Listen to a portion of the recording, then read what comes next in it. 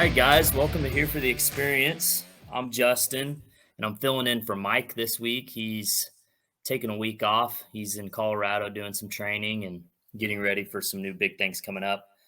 We got a very special guest today, DJ Yoshi in the house. How you doing, man? I'm doing well. How are you? Doing great. Uh, Pretty excited to have you on. Yeah, just to you and Mike, thank you guys so much for having me and inviting me over here to just talk about experiences. Yeah, and that's kind of what we've been talking about. The overall premise of the show is here for the experience. Showing in-depth views of all kinds of different lifestyles and experiences that people have.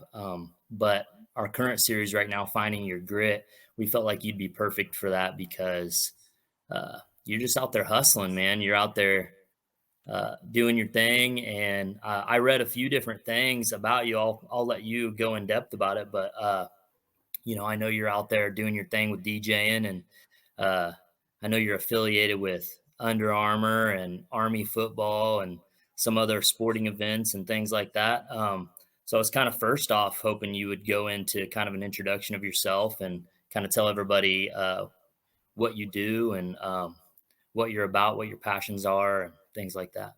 Yeah, hey, what's going on, everybody? My name's DJ Yoshi. I am a sports and touring DJ from the New York City area. We moved out of New York City, though, and now we are doing it out of New Jersey, where I've been raised for basically the majority of my life, right? And currently, I am affiliated with, official DJ, Big Ten Championship football, Major League Baseball, Little League World Series Classic on ESPN, Army football and basketball on CBS and CBS Sports, and season 2 of the USFL on Fox and Fox Sports.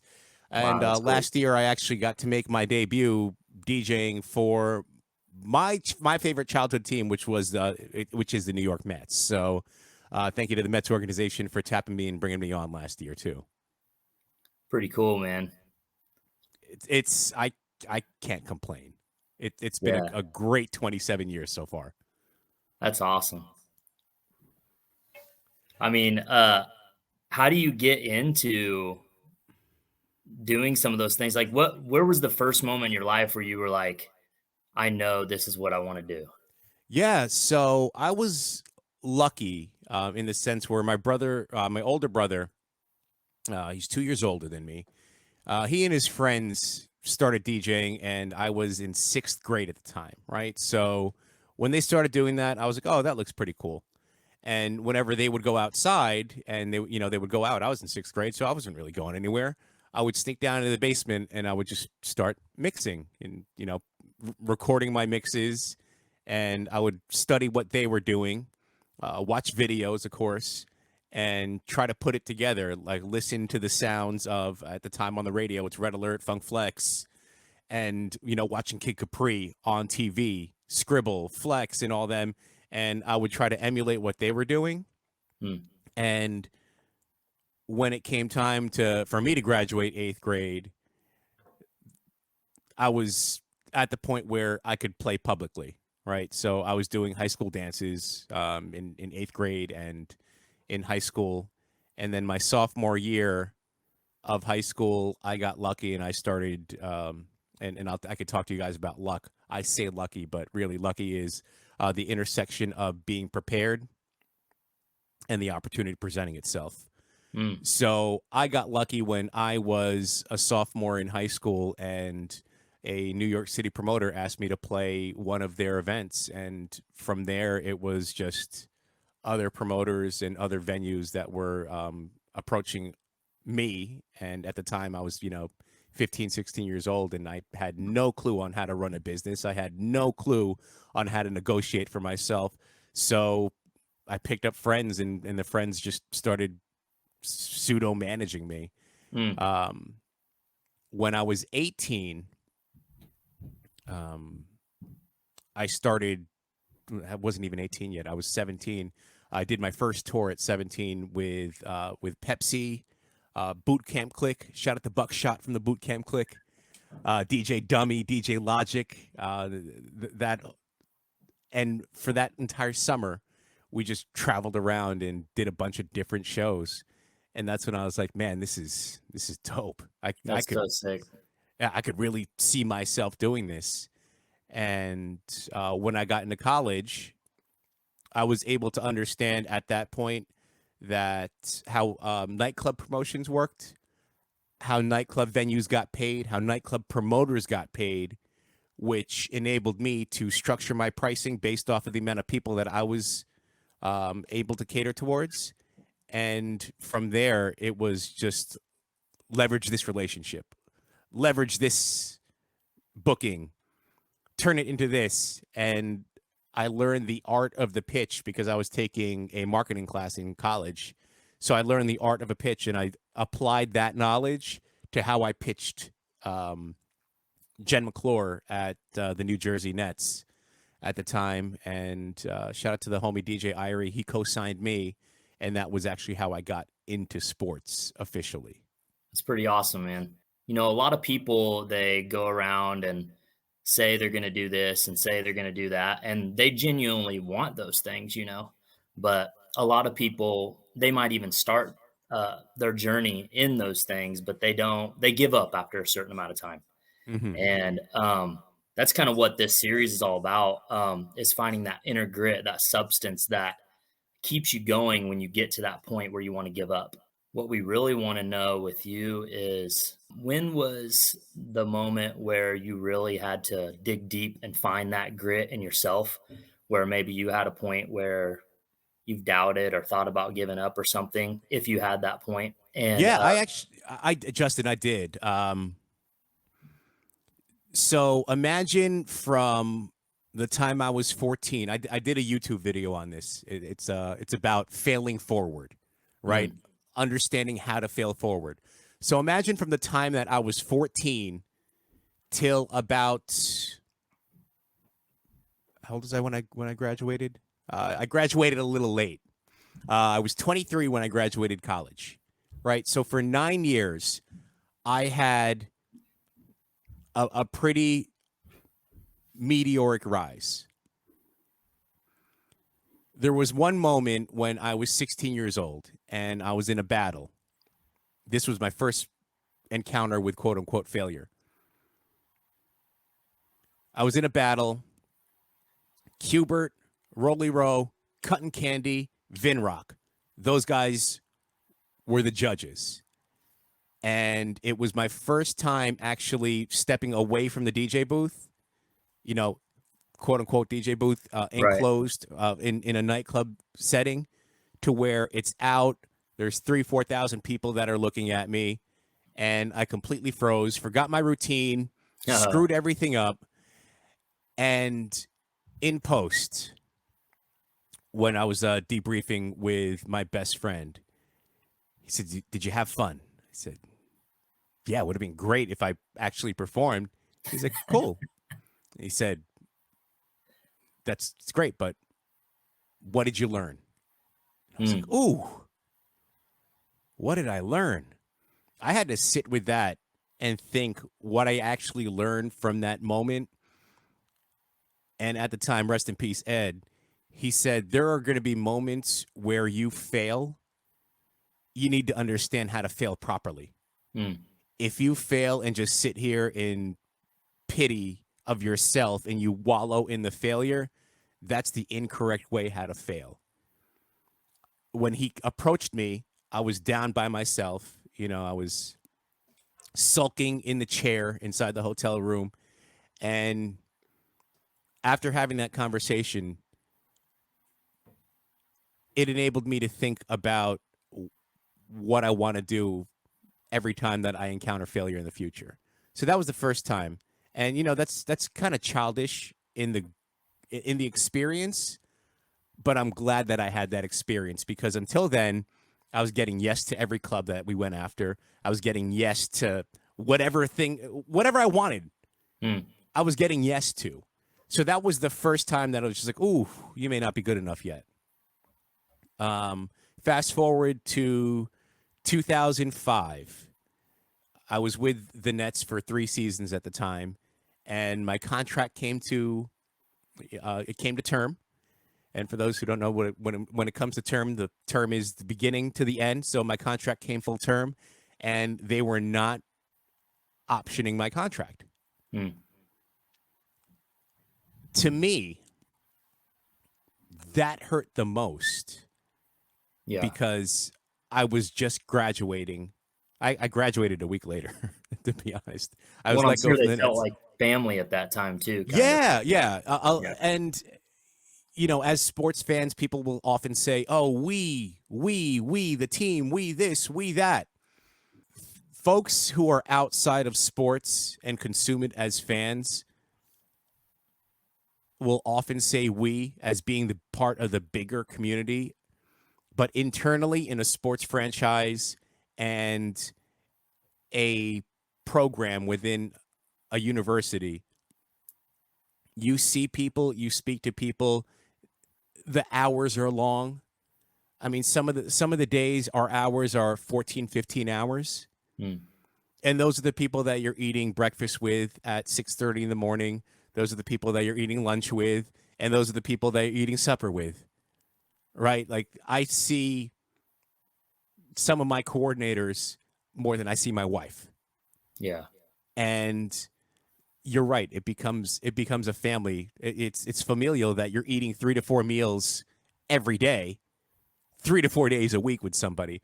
So I didn't know how to handle that breakup, if you will, Mm. and I stepped away from everything for 1 year. I Wow. still had my commitments at the time. I was still touring with XM Radio. Shout out to the team at XM. So I was still touring with XM, and we were traveling around the country hosting different DJ battles, b-boy, b-girl battles, and stage shows. I was still working with the Pentagon on promoting um, Operation Freedom. It was like Iraqi Freedom. It was like Iraqi Storm, Iraqi Freedom. So I was still working with the Pentagon on that. But losing this, I was like, you know what? I don't know what I want. Let me step back for a while. I decided to take a year off. Right? I need to understand: do I still love this? Should I pursue a career with my degree? During that time off, I was able to refocus my energy and implement something that we call macro goals and micro goals.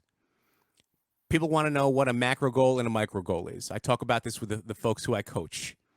The macro goal is a goal that you can control, and that's the big goal that you have for the year. The micro goal are the smaller goals, 5 to 10, of course, that you can control, that every time you hit those little micro goals, you feel good about yourself. You can check off a box, and it leads you one step closer to hitting your macro goal. I implemented that in 2006. So when I came back out in 2006, I went even harder. I was still touring, of course, with XM and the Pentagon. I pitched Coach Shianu, Todd, Drew Robinson, and the team at Rutgers football on what I was doing at the Nets. At the time, no one was doing this in college sports. College football, college basketball, baseball, swimming, track and field, you name it. No one was doing this. I said, hey, let's have a stage show inside the stadium before the game, during the game, and after. Coach thought about it. And if you guys don't know Coach Shianu, he is someone who is like, if you're going to do this, you take ownership. Gave me a shot. He said, let's do it. We went live and we did the stage show. I started out on the field. And from game one, recruits and players from the other programs, and of course the Rutgers football program, they were like, "Man, this is crazy. This atmosphere is freaking amazing." Mm. And CBS Sports was doing a story 4 years ago on the evolution of college sports and music. And I was credited with being the first one because every coach and coordinator who ever came into Rutgers Stadium at the time from 2006 to 2016, they were like, that atmosphere that Yoshi created was what we wanted. So that enabled me to start consulting with other collegiate programs for basketball, baseball, track and field, football, of course. And shout out to my homie DJ EJ. He and I came together. He's the official DJ of the Dallas Cowboys. He and I came together, and now it's staffing all over the country for DJs and sports. So being able to take that year off from 2005 to 2006 to dig deep, sit with the hurt, sit with the pain of being let go, because it was hurtful and it was painful. And at 23, 24 years old, being able to digest that pain in a professional setting isn't something that most people outside of sports and entertainment understand. Yeah. So it took me a while to be able to understand that, to the point where I could fail forward and I can take ownership of the bad games that I had of DJing with the Nets. I could take ownership of the mistakes that I made in presentation at the time, right? And it made me a better presenter. It made me a better and more capable DJ. And of course, by the time that I connected with Rutgers, the folks from Rain and Serato had already approached me about working with some of their gear, and I was able to start utilizing Serato. So I didn't have to start. I didn't have to lug crates anymore. I used to come into the Yeah. Nets lugging crates, 8 to 12 crates in a given day, from rock to pop to hip hop to R&B to house music. Mm. And so ever since then with Serato. So shout out to Dean Standing, OP Miller, and Sonny and the entire team at Serato for investing in me and bringing me over. Yeah. Yeah, that's pretty amazing. Because that moment is that year that you had, or in between, that's the moment where a lot of people, give up on their dreams. And while you might have had those moments where you felt like a failure and you felt like you were done, or you maybe even contemplated going forward with what you always loved, Mm-hmm. you still found that inner grit and were able to try for it again. Yeah, and during that time, that I had a 10-year run with Rutgers athletics.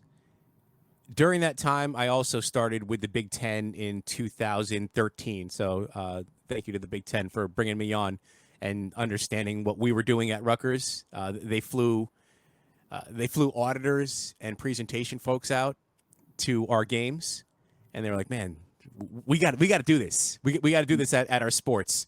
And we were the first to ever implement that at Big. So I started with them, but I also started, as your coordinators leave and they go to other sports, other disciplines, other programs. One of my coordinators left and she went to the NFL. Actually, two of my coordinators left and went to the NFL. So they brought me on to the Jets, and that didn't work out after, a season with the Jets. And had I not had that experience in 2005 that taught me about this is business, it's not personal. You'll hear that often. It's business, it's not personal. I was able to legitimately understand how the business and economics of sports works. And I took that as, okay, that didn't work. What else can I get into? A year later, I'm with Big Ten. Mm. Right. And then from there, I met someone on the field by chance. Shout out to Beth. I absolutely adore and love this person. Her name is Beth, and we met on the field during walkthrough of Big Ten championship game. She is now the head of events at Under Armour. Mm. And you see, the one thing that is a recurring theme in my life has been friendships relationships, and God. Mm. During my hard times, when you want to waver away from God, my wife kept us steady. That's During those good. hard times and during the downturn, my friendships are what kept me level and happy. During those hard times and during those great times, my business relationships kept checks and new opportunities coming in. So if there's anything that I could teach people, the number one thing that you maintain, aside from faith in yourself and if you believe in God, faith in a higher power, is faith in your friendships and faith in your relationships. Mm. A lot of people these days will have superficial relationships, right? We're in an Right. age of TikTok, Instagram, social media. How can I have the most social media views out there? How can I get the most likes out there? Yep.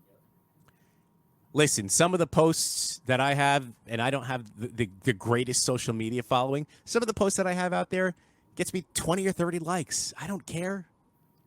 You know, it's to the point where, all right, well, who are the 20 or 30 people that are clicking on it? Those are the people that I'm going to invest my time in.